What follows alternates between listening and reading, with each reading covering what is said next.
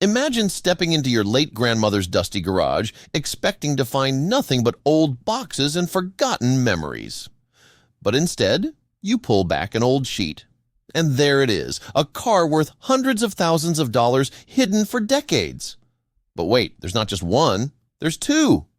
A secret collection of luxury sports cars abandoned for over 20 years, waiting to be rediscovered.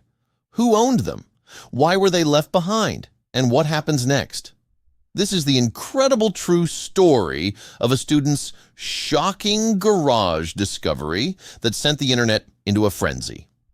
Stay tuned, because this mystery is just getting started. Grandparents are a source of great joy and comfort, but they can also be a source of great sorrow when they pass away.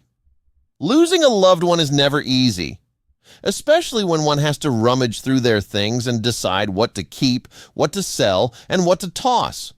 But one U.S. student discovered something interesting in her grandma's garage that left her floored. The find was discovered under an old sheet where it had been left untouched for years. And when the student made her discovery, everyone suddenly wanted a piece of it. For 20 years, they had remained hidden from the world, waiting for the day that someone would come find them in the garage where they had been left so long ago. But it wasn't a hostage or some supernatural creature. When a Reddit user named u/Ariagan went into her grandmother's garage, she felt like an archaeologist who had found the discovery of the century. But what was hidden there? Was it a treasure chest or the lost ark? Some people fall in love with cars from an early age and sit in the front seat and pretend like they're driving. Ironically, this was not Ariagan's case. While she had nothing against cars, she was not a huge car enthusiast, so she had no reason to visit the garage. And yet in one particular instance she did. But was it a mistake she would live to regret? As soon as she walked into the garage, she felt this eerie sensation that she was not alone, and indeed she wasn't. There was not one, but two things in there waiting to be discovered, and she was about to meet more than she could handle.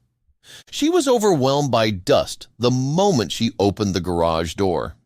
It's clear that her grandmother hadn't aired the garage in quite a while or cleaned up. But that's not surprising, given that this used to be more of her grandfather's place. Now it was less of a garage and more of a junkyard, but not everything in here was junk. It was obvious that no one had been in here for years, and she never expected to find anything of value in there, given that there was so much junk and dust. And yet, she was about to discover just how wrong she was. Right in front of her were two things covered by huge, dusty sheets. She had no idea what she was about to find. Maybe it was a collection of dusty boxes full of old magazines or newspaper. Had her grandfather been a hoarder, she had been hesitant to look under the sheet, but her curiosity had gotten the best of her. She decided she could no longer wait. So she grabbed one of the sheets, pulled it off, and gasped in total amazement. Ariagan, who is a U.S. college student, stood there in awe at the sight of a 1981 Lamborghini Countach that was worth around $600,000. But that wasn't the only discovery she had made in her grandmother's garage. Still reeling from her discovery of the Lamborghini, she decided to pull the sheet from the other object. What would she find under the second sheet? Would it reveal something more valuable than the first? As soon as she tore away just a bit of the protective shielding, she could tell that this car was in worse condition than the first. The car had obviously seen better days, but it still seemed to be an impressive model nonetheless.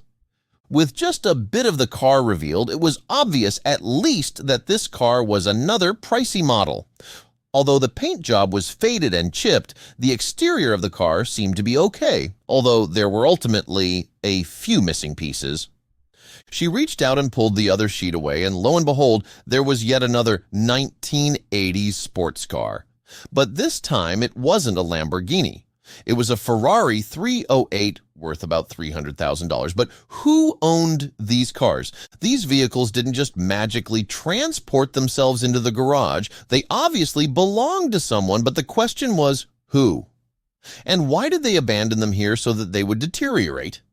After speaking with her grandmother, she discovered the vehicle's origin story and decided to post the photo of the white Lamborghini on Reddit. And on the caption, she wrote, "Despite the rust and dust, Grandma's 1981 Lamborghini Countach is the coolest." And netizens went nuts. Reddit users were instantly intrigued by the Lamborghini and started asking questions like whether she could post more photos and why her grandmother even owned these sports cars. And she didn't hold back on the explanation. The college student responded to everyone's questions by explaining, "My late grandpa bought it for his exotic car rental business in 1989, but after insurance costs became too high for him to operate the company, he kept the car and many others, including the Ferrari 308 in front of the Lambo, outside and in leaky garages for 20 plus years instead of selling them. Don't ask me why, I have no clue." She also shared that "This kind of car abuse hurts my soul," referring to the condition of the vehicles. But despite the state of the sports cars, she felt that the discovery was unique and that the vehicles were like pages to her grandfather's past. But could she make money out of them? Like most typical college students, she barely had a penny to her name, and yet she had just found two vehicles worth a lot of money. But the cars weren't in the greatest condition. What was she going to do?